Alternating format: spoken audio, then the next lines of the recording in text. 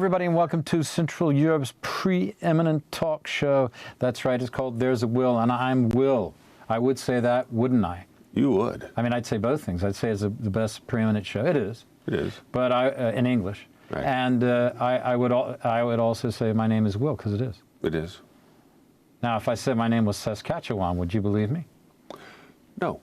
No. You see? The way it works. I'm just trying to see if you're awake. Phil Goss in the studio. Hello. Illustrious man about town, entrepreneur, journalist, fixer extraordinaire on the border during the period of the war. You've done amazing things, Phil. Thank you. And you've kept it quiet. You've been quiet about it except where it was necessary. So good for you. We've got on the line, after a lot of difficulty getting in touch, because she is in Kiev and there is electrical outage there. Her name is Mariam Lambert. We are extremely honored and pleased to have her with us on the show. There she is. Thank you. She is in her secluded hideaway in Kiev. What's the situation there right now, Mariam? And then we will get to your story. We're going to start off with you and get you to tell us everything you need to tell us about your organization, and we'll talk to Phil about some of the things and get some he's been doing, and get us some back and forth between you later, okay? But let's concentrate on you, because we're very happy to have you. And what is the situation in Kiev today? Well, actually, thank you for receiving me today. The situation, I didn't expect that. I just arrived after 24 hours trip from Amsterdam. And I didn't expect such chaos. Actually, there is no electricity at all in most of the buildings. Apparently, yesterday, the mayor of Kiev was announcing that they might have to proceed for evacuation if the electricity is not back because of the damage of the infrastructure. So luckily, I bring with me a generator. But that was for later on when we go to the red zone. And I didn't thought that I would have to use it today for the interview, but it is how it is. So it is quite chaotic, I must say. We're glad that we can have you from there, especially at this moment. We've been talking here yesterday, Philip and I, about the possibility of electrical shortages. The news has spread pretty rapidly. We were talking about it just a little before it came out in the papers, but it's been pretty widely reported that Mayor Klitschko, of course, the illustrious former boxer and the longtime mayor, had made that pronouncement. Can you add? Can you add to that? I just threw my pen. What I wanted to add, I mean, small things like shops are not operating, and also, I mean, payment, you need to bring cash with you because most of the payment machine doesn't work because of the shortage of electricity. So it is a complete dramatic situation, especially when you talk about the capital of Ukraine. You have no electricity in the apartment where you are, correct? Yes, not at all, not hot water, nothing. I just arrived actually. So, but I do have this. It's a generator, so that helped me to keep my phone alive, at least for. It's incredible. An hour. I'm so glad that we're able to reach you and you're able to get this message out. I am you're probably one of the few people who's able to communicate outside now, right now, in the capital. And I'm sure. Do we know if this is the situation in other cities right now? Yeah, in most of the cities, yeah, but I don't have figures. I told you I just arrived, so I can't tell you more, but maybe in 3 weeks' time, I will be able to tell you more, because we are going to different cities doing this mission, mainly in Chernihiv, Dnipro, and then Zaporizhia, Kharkiv, Mykolaiv, Nikopol, and also Kherson region, the occupied villages, of course.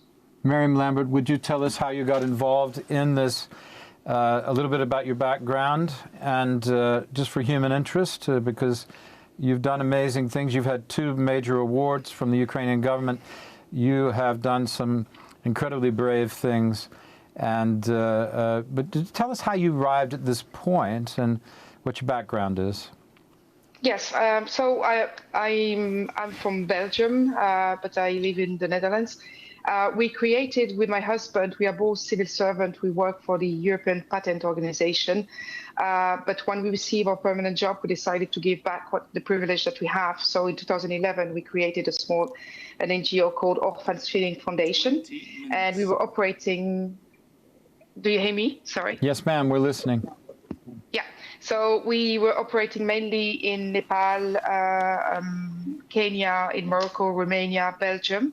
We were supporting orphanages, building schools as well, and we were about to build another orphanage in Zanzibar last year in July. And like everyone else, when the war started in February in Ukraine, we decided to actually focus all our resources in Ukraine. So we have different initiatives in our NGO. We have one which is related to the food program. So we have a partnership with the World Central Kitchen, who are kindly supporting us everywhere where we go, especially in the occupied territories, to provide us with food. We have a medical supplies program. So we are working with 58 hospitals all over Ukraine to provide them with medical supplies, not just random donations, but really the requests that they need. The specific things about our NGO is that we said to all the donors, everything that they are sending us, all the donations are personally delivered to Ukraine. Having said that, we had quite a lot of experience in the humanitarian world, but never in a war zone. So we realized that it was quite a big challenge when it comes to bureaucracy. You don't have time for bureaucracy in those kind of situations. When it comes to corruption as well, unfortunately, there are a lot of aspects that we didn't consider, and we are learning every day. It's been 8 months now since we are operating on the ground. Another initiative is related to women's kits. So we are providing a dignity bag for women who are raped during this war, unfortunately, and the kids as well. And then we are putting them in contact with association and NGO in order to support them in terms of psychological trauma, and also to help them to persecute further if they choose to do so. Another initiative that it's very close to our heart, it's the oncology sector. So we heard that there are 2.5 million of cancer patients in Ukraine who had cancer before the war and still have cancer now. And the problem is all those people are left behind. We understand the situation that everyone is helping the wounded people, the first group of people who need help. But there's a third group which is completely left behind, is the cancer patient.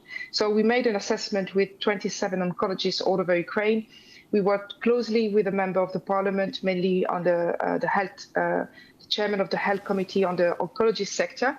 And we assessed the whole situation in order to understand who needs to be evacuated, which kind of treatment we need to prioritize when it comes to cancer treatment. Before doing that, I also made some research. I talked to the Ministry of Health, to the Cancer Patient Association, in order to have the full picture of the situation, because you hear that cancer treatment is free even during the war. But the most important is the end user, which are the patient themselves. So when we asked them, most of them told us they didn't receive treatment for 5 months. And that's why we started that initiative. So we are now providing cancer treatment for people in Ukraine in different towns and cities, together with the Association of Oncologists. We are also supporting orphanages, of course. Knowing the situation, you know that the children's situation is an issue in the occupied territories, especially when they are deported to Russia. So we are trying to help as much as we can in terms of supporting orphanages which are still in Ukraine. And the last but not least, we have a new initiative which is called Winter is Coming. Winter is here, as you might imagine. 15 minutes. Yes. So the Winter is Coming is an association. It's actually a project together with 28 local NGO, because we realize that all the small NGO are trying to get help from everyone. Unfortunately, it all goes to the international organization, which doesn't have, due to protocol, to security reason, they cannot reach out to those zone, the red zone. So we are actually advocating at the highest level with the government in Europe, but also in the US, to actually block some funds which could be available directly to the small NGO who are taking the risk, who are volunteering for 9 months, who know the situation, who are putting processes in place in order to reach out directly to the victim. And that's called Winter is Coming. We are providing anything related to infrastructure, heating system, generators, but also winter clothes. So this is why I'm here today, actually, in Ukraine. Please ask a question. Mariam, I have a question for you. Why is it you think that so much success has been the bailiwick of the private organization and that the public institutions have failed us so greatly on these matters? That's a very good question, and actually that will become surely an example after this war of Ukraine. Local NGO in Ukraine they've been operating since Maidan, since 2014, so they do have experience. But on top of that, we also have a coalition with international NGOs who are also mainly operating on the ground. What we have done actually with them and also for us, it's to create a new process. We started from a complete chaos. We knew that nothing was reaching the people directly via the international organization due to security reasons, because they are doing a great job. However, they are not allowed to enter those zones. So we have set up a complete new process together with the chief security of the border, who is providing us with a green corridor. We work with the military. Sometimes people will say, but humanitarians should not work with military. Well, I give you the reason why we do that, because they're the ones who are saving our life by getting into the red zone. They're providing us with all the security tool and also the knowledge that we need to have before entering into the red zone, including the demining team. If you try to help and go to a red zone when a village is newly deoccupied, it's full of mine, and without their support, you cannot achieve anything. And I would not advise to go to any area which is not supported by the mining team. This is fascinating stuff. That's the reason of the success. Miriam, just stay right there. Fascinating stuff. We will continue with you. We will be joined by someone else in the second half, but I want to continue with you because we've got you here, and it's not easy to get you, but you're coming through loud and clear. Philip asked you a very good question. Phil has also been involved in a number of... why don't you explain what you've been involved in, Phil, instead of me? Well, Mariam, what I got involved with was reception, first off in March, of refugees coming into Poland, and first off receiving them and then sending them downstream to resettlement in places further afield, wherever they happened to go. France or Italy was the group where they were headed through the group that I was working with. But it was such a large task with thousands and thousands of people crossing the border daily that we tried to save whom we could. And we were dealing with people a few hundred at a time. We couldn't save everybody, but we could save the ones that we got. Since then, I've gotten involved in receiving wounded in Poland. We had one American come across the border and two amputees that came into Poland for prosthesis fittings. And these are quite advanced prostheses that are controlled by the mind. They're motor driven, and it's the future is now when it comes to prosthetics. I've seen it. It's amazing. In any case, what I'm worried about is if and when the infrastructure falls completely and hospitals are no longer able to maintain their watch over the wounded, and wounded have to be evacuated. That's a little bit different calculation than refugees standing in line trying to cross the border who need warmth and soup, because wounded need actual medical attention and care. And so that's kind of what I've been working with. And the black scenario, the plan that we have set up, unfortunately, may come true. I think that it's perhaps a little bit different. It won't be such a hot situation with thousands coming at one time, but rather a slower, more measured especially if the electricity goes out. See, this is the key, and this is the part, the idea that Putin has I call him put in because he was, and this is his plan, is to cut off the electricity, make it difficult for hospitals to run at the least, and then to spread that kind of darkness and panic. And throughout the rest of the society. Mariam, what do you have to? What have you seen at the front line that in some way corresponds to what Philip is saying? Because it seems like you have something to add to that. Yeah, well, what I wanted to add is that it's all up to us in Europe, in Australia, in the US. We know that they would never survive without electricity.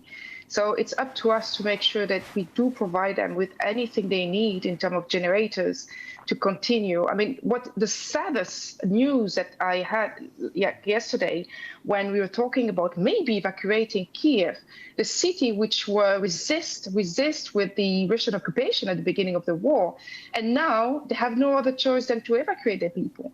So that's the message I wanted to say, because this will happen in all the cities in Ukraine, but it's up to us. It's really up to us how active we can be and how, because a lot of people and at all level, we help enough Ukraine, but it's not about helping. It's not about sending donation. It's to make sure that it reaches the people directly.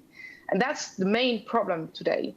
It's a lot of people have been doing an amazing job, but it didn't reach the people.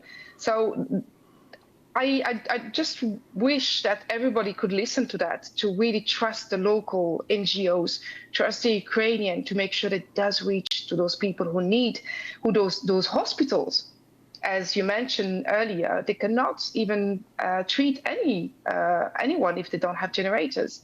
So this is how it starts. And then we can talk about medical support and food program. But without generators, we cannot do anything today. It's very interesting, because I remember at the beginning when Phil became involved in preparing the border for the influx of refugees, wounded particularly, back in March. In fact, we went along the border together looking at various places, and Phil was very instrumental in setting up some evacuation points for the wounded particularly. And now we have you, Mariam, who's out there, who's been going up and down the border.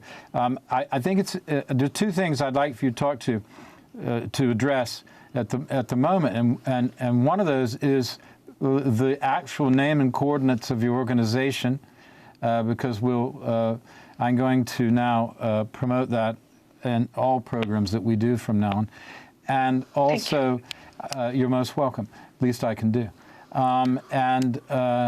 Could you please tell us about the awards you've won, and my goodness, why you got those, what you've been doing? I think I it's hard to talk about, but please try. I think it helps to sell your case. Yeah, but still, I think some people are here every day since February, so I still have the luxury to go back to my family and my kids. I have 3 kids and a husband at home, but the award was mainly due to the oncology sector. We were one of the first one who provided free treatment to cancer patients, but also the fact that we will not give up. We are still going on. We are now, I mean, in the next few days, I will go to Zaporizhia, and you know how extremely difficult the situation is there. And we will go to all those villages who are newly occupied. And you ask me the situation in the front line. Well, it's a complete disaster. Even food, the people were starving. They were grabbing our clothes in order to get just a piece of bread. And that's 2022 in Europe. So that's the situation in the front line, but still they are resilient. So this is what the award doesn't, even if it's under my name, but it goes to first our NGO and all the people who volunteer, but mainly to the Ukrainian people who've been absolutely active, resilient, and will never give up, even without electricity. Your self-effacement is most appreciated in this age of narcissism. I commend you not only on your bravery, but on your reticence to blow your own horn. Mariam, what is the name of your organization now? The Orphans Feeding Foundation. Orphans Feeding Foundation. The Orphans Feeding Foundation. Okay. Yes. And I'm the founder, and my husband is the co-founder, and we have another project under this, which is the umbrella together with 28 NGOs, which is called Winter is Coming, and it's all on the website Orphans Feeding Foundation. It's orphansfeedingfoundation.com? .org. Org. .org. Sorry, I didn't catch that. Yeah. Okay, .org. All right. And what exactly were these awards for? One was for being brave or something, wasn't it? Yeah, but I just don't like to talk about ourselves. We've been doing such a, I mean, we try to help, but, you know, as much as we can, but I feel a bit, in an awkward situation talking about a reward where people are still fighting here and are still, they never had a break. They never had a holiday. It's the same resilience since February. So I'm sorry for that, but I admire you very much. I admire you, Mariam. That's why I wanted you on, Mariam. That's why I wanted you on the show, and the kind of work you've been doing. And you represent, if I may say so, you represent, along with Philip,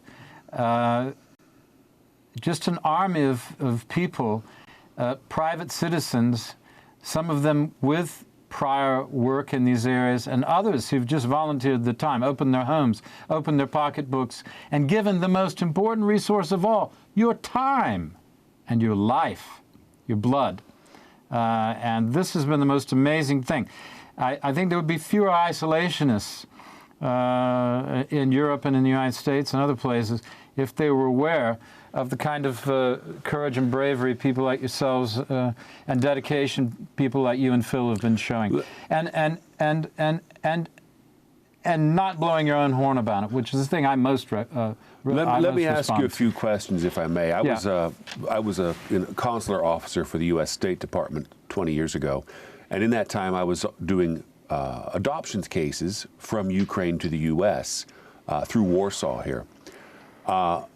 I saw adoptions from Ukraine at that time in that perspective, but here we have a quite different crisis with new orphans, war orphans, as it were, created because parents died, disappeared, we don't know. What is their fate? Are they staying in Ukraine? Are we looking for adoptive homes outside Ukraine? What are the concerns involving health, psychology, and legal administrative matters surrounding such orphans? Is that a question for me? Sorry. Yes. Yeah, that's for you, Mariam. Yes. Yeah. That's a very good question. I can't answer everything, but what I can tell you is that 4 weeks ago, together, one of the biggest children's hospital is called Orphans in Kiev. And the chief of the hospital, Volodymyr, asked me to actually be one of the co-founder of an association which we signed a few weeks ago, which is called Angels of Ukraine, for all the children around Ukraine, including the orphans. So we are trying actually to set up this, this now has been created 4 weeks ago. We are trying to actually define all the element activity that needs to be included, which include the orphans. For the moment, I'm very careful in any information I'm giving on that, because you can imagine that we call orphans maybe children who still have parents and relatives somewhere in Ukraine who have been deported in Russia. So there will be a long, long investigation to try to retrieve those people, to try to retrieve if they have families. And then we can talk about the orphan status. But for the moment, I would be very careful. What do you think? Where are they going to move people from the cities? If you evacuate Kiev, to where? Okay, we're going to come back. We're out of time for this segment. Stay with us. We're going to come right back after these short commercial messages. Stay with us, Mariam, and everybody else. Thanks for watching. We'll be right back with Philip Goss and Mariam Lambert, I think I should be saying, if you're from Belgium. Yes. And also, I think we're going to be joined by Tony McFarlane Gonzalez in the second part. Thank you for watching, everyone. And watch these messages. They keep us on the air.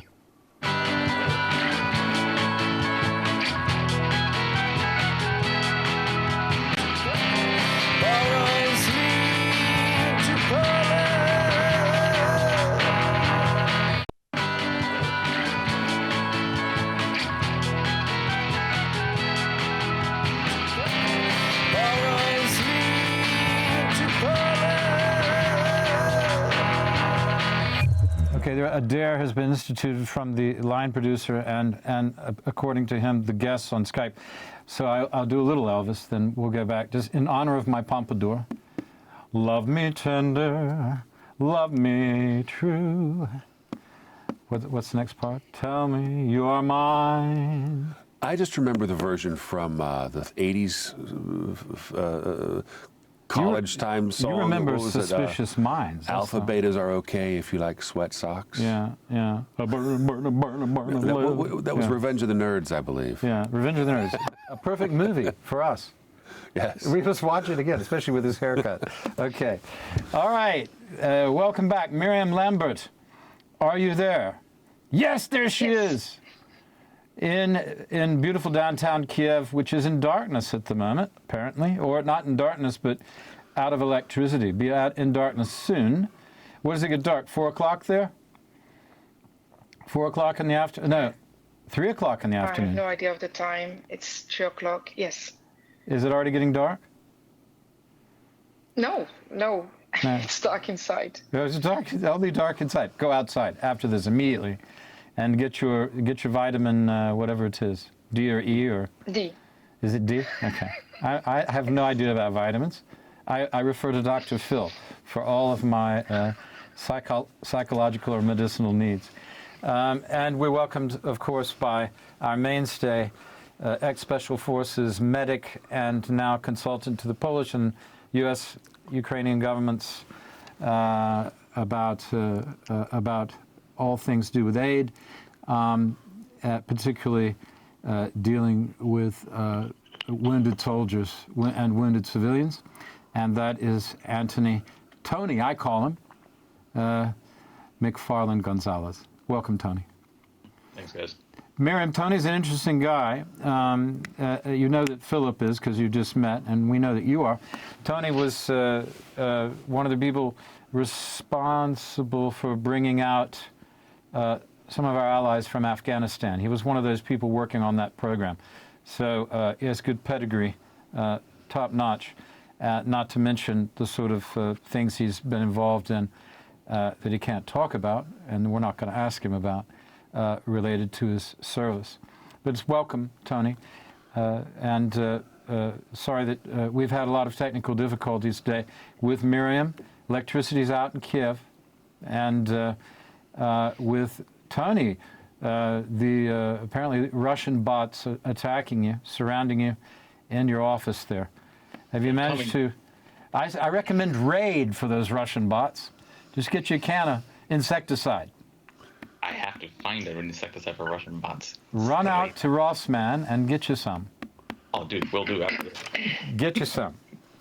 As they said in Full Metal Jacket in a different context. Yes. At any rate, so Miriam's been telling us she has an organization called the Orphans Feeding Foundation.org. The Orphans Feeding Foundation.org, which is going to be, which I'm going to put into the program so you can read it. And she's been over there since the beginning of the war, going back and forth. She's also a married lady with 3 kids, so she has personal interest in children and their welfare, not just an abstract interest, which is great on both counts. And Tony, you've been working a bit with Phil. Why don't you tell Mariam a little bit, and all of us, since we're doing aid today, and I'm hoping to educate some people on in some of the cutting edge stuff that's going on privately. Would you like to tell us what you do, Tony? Yeah. So originally, I started out with providing medical advice and advisory and intelligence gathering for both for a multitude of governments, and focused more on now, and also providing military equipment when the first bit. So it was helping out the Brits in the UK and the US, bringing equipment already, landing in different airfields, and also providing them intelligence on border crossings and how the borders were growing too. And then transitioned over to focusing only on injured personnel and people and setting up the hospital. That's where I met Phil. I still do a lot of humanitarian aid drives and intelligence. I've been working with his team to go into the far west. Unfortunately, hasn't really far east, and unfortunately hasn't really happened because our vehicles keep breaking down.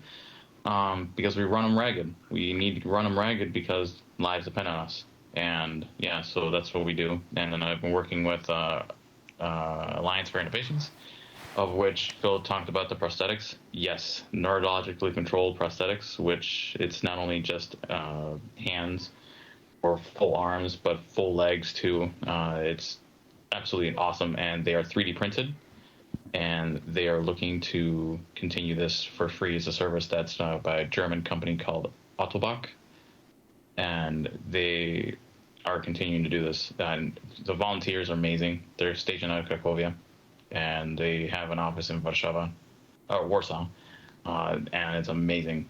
They're individuals. The people here, we don't get paid. We don't want to get paid. It's something that we don't want to. We don't want any accolades. So if anybody puts us in social media, please take it down, because we don't want that kind of accolade. We don't even want to be known like that. We just want to know that we're doing the right thing, because it's what we are supposed to do, and especially stand up against tyrants.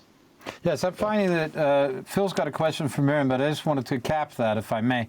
That we're finding out that some of the people who are doing the bravest actions and the most critical, providing the most critical kinds of aid are the people seeking the least publicity, which is, to me, very biblical and a wonderful thing.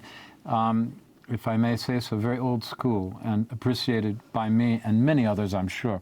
Thank you very much for your efforts. Phil has a question for Mariam. Yeah, Mariam, insofar as orphans are concerned, we also understand that in some cases, children, minors, of any age up to 18, have been taken from Ukraine and taken by Russian forces from Ukraine and sent out for further placement deep within Russia as basically a way to depopulate Ukraine and gather human resources for their future, I suppose, and to try to destroy the Ukrainian nation, as it were.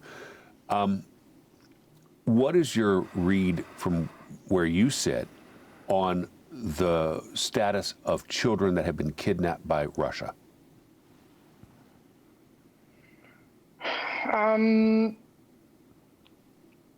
It's very difficult to answer this question because I have as much as information as you have, exactly the same information as we see on the news, or which were reported by the President Zelensky himself. That's the only information I have. I'm afraid on that one, I will not be able to give you more information. Well, it's basically a kidnapping story, isn't it? It goes back, it's like something from the Middle Ages. Kidnapping, wholesale, people that don't don't belong to you. Well, no one belongs to anyone. But they're erasing the culture. Yeah. It's a way for them to erase the culture. And I mean, when you think about the way they did it with burning fingerprints, burning the passports, it's really to create a new human being after brainwashing them. It sounds a lot like sex slavery and human trafficking to me, which I investigated myself 20 years ago down in southern Europe, in the Balkans. And nobody wanted to believe it. And now it just happens all the time, and it's happening wholesale in Europe. That was Europe, but I mean, it's happening, right next door to the EU, proper. I mean, it's not far from the border of Ukraine, right into the heart of Germany. So, and the center of the EU.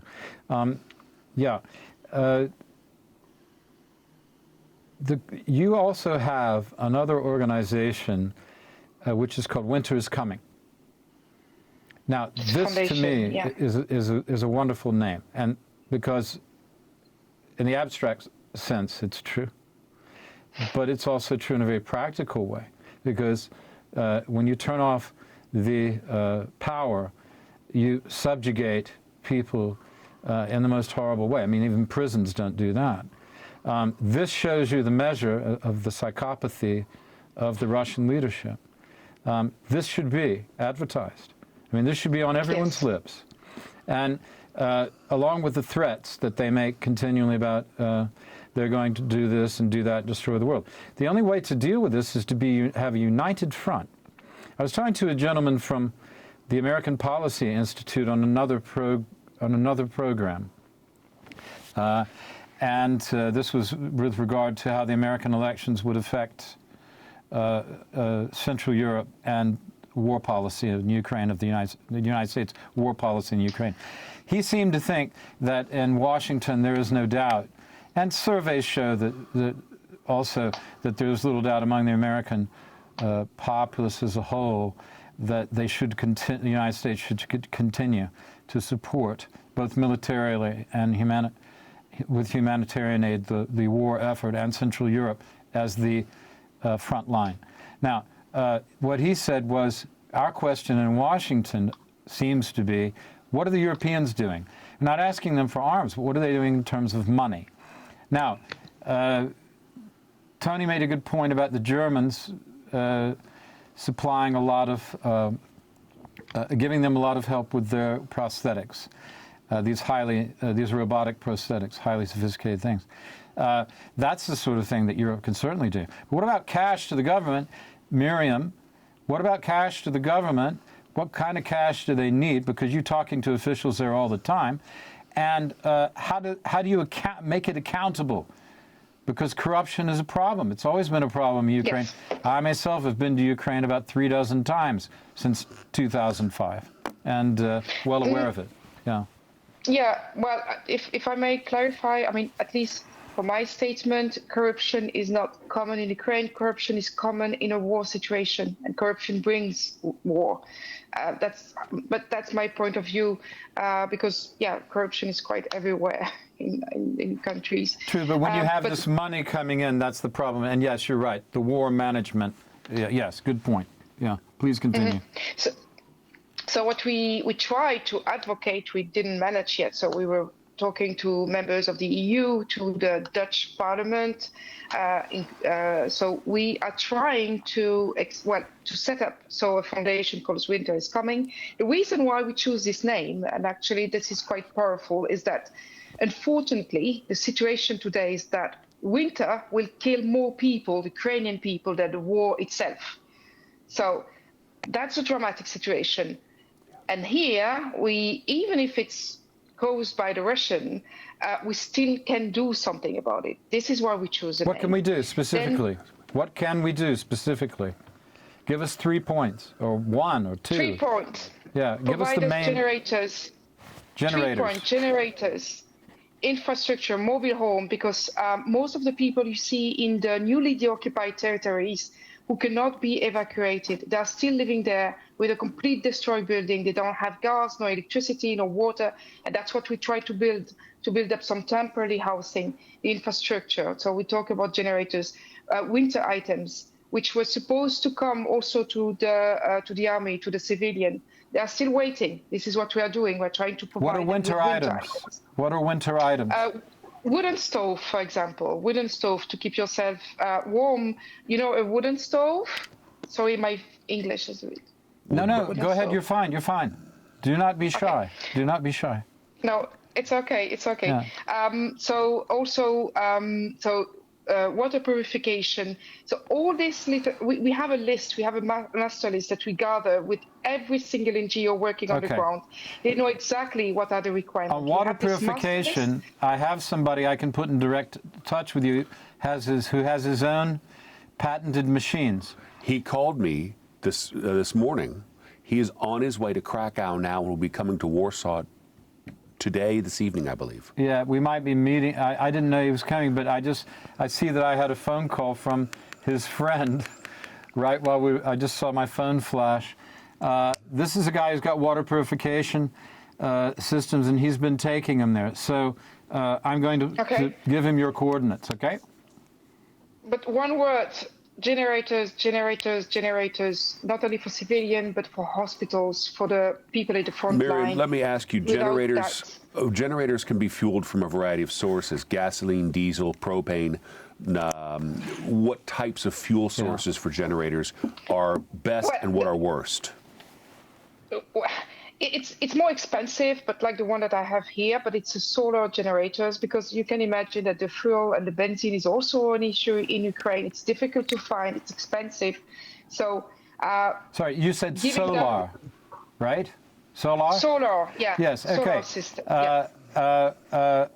How do you charge it physically? Solar. What do you do? Put it against the sun charges. Put it outside? Put it on the windowsill? Outside, yeah. Yeah, so you put it in direct sunlight and that charges it. How long does it take to charge it? I don't know. I didn't calculate the time. How long does it last once it's full? Do you know yet?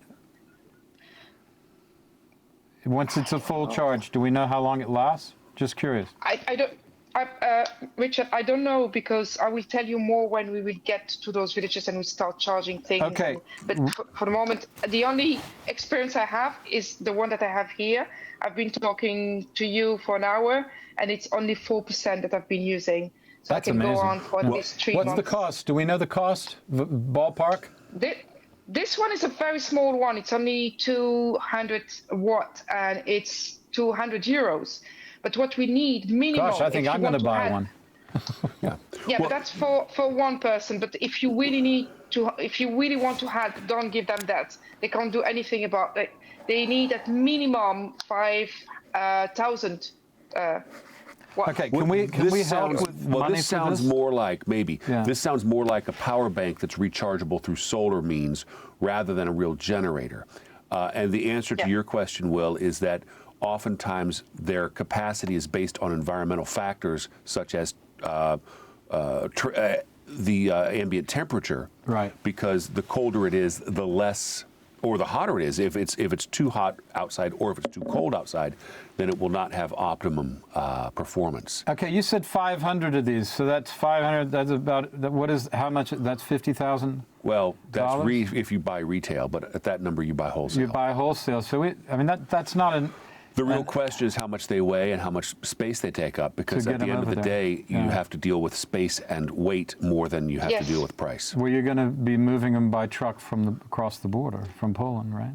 Oh, I can arrange that. I have a green corridor. We have truck. We can arrange all that. That's not an issue. Okay, I'm going to ask about for you. Up to Dnipro.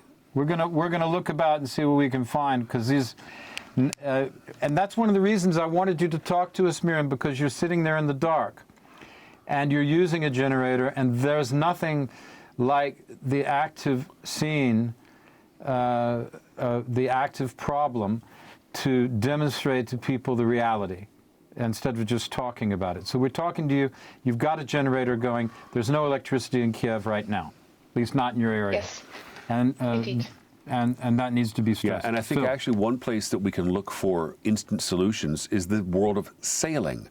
When you're sailing on a boat out in the middle of the ocean, you have to generate your own power through solar and or wind. Right. And so those systems, which have existed for decades, are plug-and-play systems for DC-based technology, such as laptops, telephones, that type of thing. So by using small-scale windmill generation and solar generation, people can power their own technology independent of the infrastructure. Okay. And that type of technology can indeed. go in. Very good point. Mariam, are you aware that there is, and it's Mariam, not Miriam, it's M-A, Mariam Indeed. Lambert. But at that point, I think it's okay. It's a luxury issue. It's okay. Okay. It's just when people want to look you up. Mariam Lambert, or Lambert. Yes. Lambert. Lambert. Yes. I was going to say, I lost my point. Regarding power generation. Yes, regarding power generation. I know someone who might be in the market, might have be able to get some money together to sort this. So I'm going to put you in touch with them, okay? Thank Mariam? you. Thank you. I know and we will deliver that personally to the people in those newly deoccupied territories. Yeah. That's what we can guarantee and committed to do so. We have to beat these guys, and we have to get this stuff out. Also, are you aware that Poland is famous for a company called Modular in Wrocław that makes these small huts, which can be, they're prefab huts that can be the kind of places that you're talking about. There's a Polish company. I'm sure that people are in touch with them, but I don't know who is. Tony, what have you to say at this point? I was thinking about the power generation units. The diesel ones are what she's talking about for the infrastructure for the hospitals and the hotels or any of the critical infrastructure places like the governments. It's the only way that you can actually do that. And that's going to be major corporations that are going to have to provide that. GE being one of them. There's a couple German ones. Poland has a couple of generation creating units here that they have, but we just have to get them in contact. So Mariam, definitely we'll have to get you in contact with them. From what I know, there's a couple of individuals I can actually contact and see if they have them. If they have old generators to get rid of, great. Let's set them down there. Oh, yes. Yeah. We don't have all of time. you guys That's need to be working together because Mariam is a good spokesperson. She has the ear of the government. They respect her. They respect what she's doing, as we do as well. But they're the important people there. She has the connections. So working together, Phil's got great connections, so does Anthony. Part of the reason you're on this show together is so you can have these conversations and network and also tell the people what's going on, you see, because people are not aware of, they hear war news, but the aid news and the sort of needs, the human needs, the fact that as Mariam is saying, that more people are likely to die from cold and malnutrition than from actual war wounds this winter is harrowing. And it's not the first time the Russians have pulled this kind of, bizarre and horrific joke. It's the same on the fate Ukrainians. that befell Napoleon's army when he tried to invade Moscow. Well, I was thinking of the Holodomor, Yes. and of the 1930s when Stalin just basically starved the Ukrainians, and they tried to cover it up. We're not covering up anything, and some of the journalists covered it up. We're not covering up. We're opening the door and shining a light on the kind of things that are happening, the atrocities and the human needs of that we can, as a society in Europe and the States, supply help to. I think when we look at the larger conflict and the larger goals that Putin has there and his strategies in trying to achieve those goals, we see that first off, the military option is failing because the Ukrainians are quite adept at defending their own country. Also, the idea that he could starve people out is failing because we've got lots of players involved in feeding Ukraine, and it's, I think, less a challenge to develop a small place that can be a hub for sending out food, cooking and sending it out. But the bigger challenge is when winter weather becomes weaponized, because now we have to not create one single hub of warmth, but to distribute through an infrastructure, and that becomes difficult when the infrastructure itself is damaged, is irreparable. So whether it's generators for individual locations, larger buildings, which have to be large generators, whether it's an ability to generate one's own DC power for one's own technology to stay in touch, wood-burning stoves, gas-burning stoves, what have you, in order to defeat the winter, which is now the primary threat, we have to be able to provide solutions for warmth to the Ukrainian people so they don't have to flee their country in order to stay warm. Very good. And survive the winter, and not to mention food and sustenance.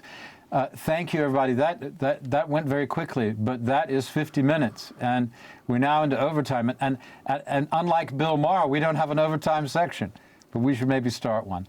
Mariam, thank you very much. It wasn't easy to get hold of you. Good luck to you there.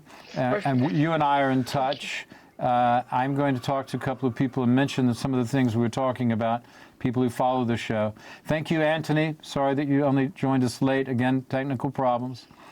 God bless everybody. Thanks for the work you're doing. And thank you to Phil Goss for being here in the studio. Okay, Godspeed. And thank you all for watching. Did I say you're looking well? Why don't you stay that way?